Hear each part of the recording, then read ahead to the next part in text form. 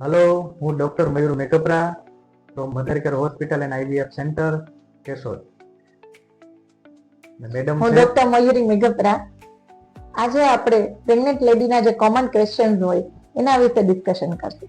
સૌથી પહેલા જ્યારે બી કોઈ પ્રેગ્નેન્ટ લેડી ઓપીડીમાં એન્ટર થાય છે ત્યારે ડોક્ટર સૌથી પહેલા પૂછે છે કે LMP શું છે, તમારી LMP કઈ છે. LMP એટલે લાસ્ટ મેન્સ્ટ્રુઅલ પીરિયડ. LMP માનો કે કોઈ લેડીઝને 6 દિવસ માસિક આવતા હોય તો જે દિવસે માસિક ચાલુ થયા હોય એ દિવસથી LMP ની ગણતરી શરૂઆત થાય.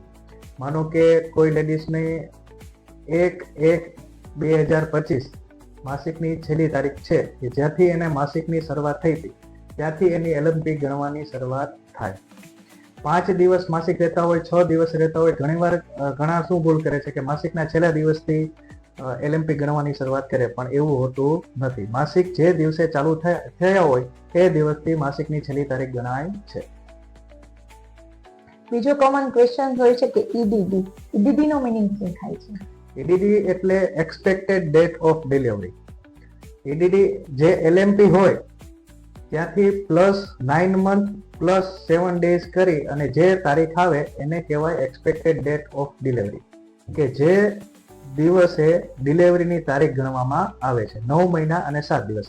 માનો કે કોઈ લેડીઝની LMP છે 1/1/2025 તો એની એક્સપેક્ટેડ ડેટ ઓફ ડિલિવરી થશે 2, 3, 4, 5, 6, 7, 8, 9, 10 એટલે 10મા મહિનામાં અને +7 ડેઝ એટલે 8 તારીખ 10મો મહિનો અને 2025 એ એની એક્સપેક્ટેડ ડેટ ઓફ ડિલિવરી થશે.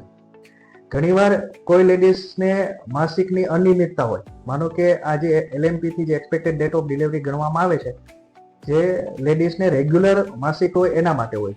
તો માનો કે ઘણા લેડીઝને 1.5 મહિને માસિક આવતા હોય, ઘણાને PCOD હોય, 2 મહિને 2.5 મહિને માસિક આવતા હોય, ત્યારે એની LMP ની ડેટને જે ફર્સ્ટ અલ્ટ્રાસાઉન્ડની ડેટ સાથે કમ્પેરિઝન કરી અને એનાથી એનો એક્સપેક્ટેડ ડેટ ઓફ ડિલિવરી નક્કી કરવામાં આવે છે.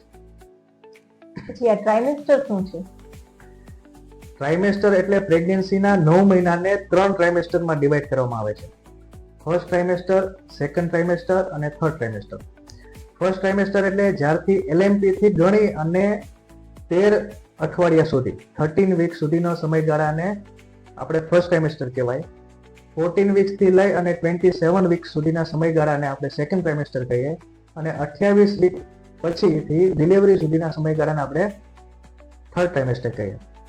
ફર્સ્ટ ટ્રાઇમેસ્ટરનો ઇમ્પોર્ટન્ટ એ હોય છે કે એ સમય દરમિયાન બાળકના બધા અવયવો ઓર્ગન્સ ડેવલપ થાય છે અને જે સમયે બધા ઓર્ગનો ડેવલપ થતા હોય તે સમયે ખાસ લેડીઝે ખાસ કાળજી રાખવી પડે. જેવી કે કોઈ એક્સરે નહીં પડાવવાનું, CT સ્કેન નહીં કરવાની, કોઈ અનઇન્ડિકેટેડ મેડિકેશન નહીં લેવાનું, કોઈ દવાના ડોક્ટરની સલાહ વગર કોઈ દવા લેવાની નહીં, તાકી બાળકના ગ્રોથ અને બાળકના ડેવલપમેન્ટ ઉપર કઈ અસર ના આવે અને બાળકને ખોડખાપણ આવવાની શક્યતા ઘટાડી શકાય. Thank you.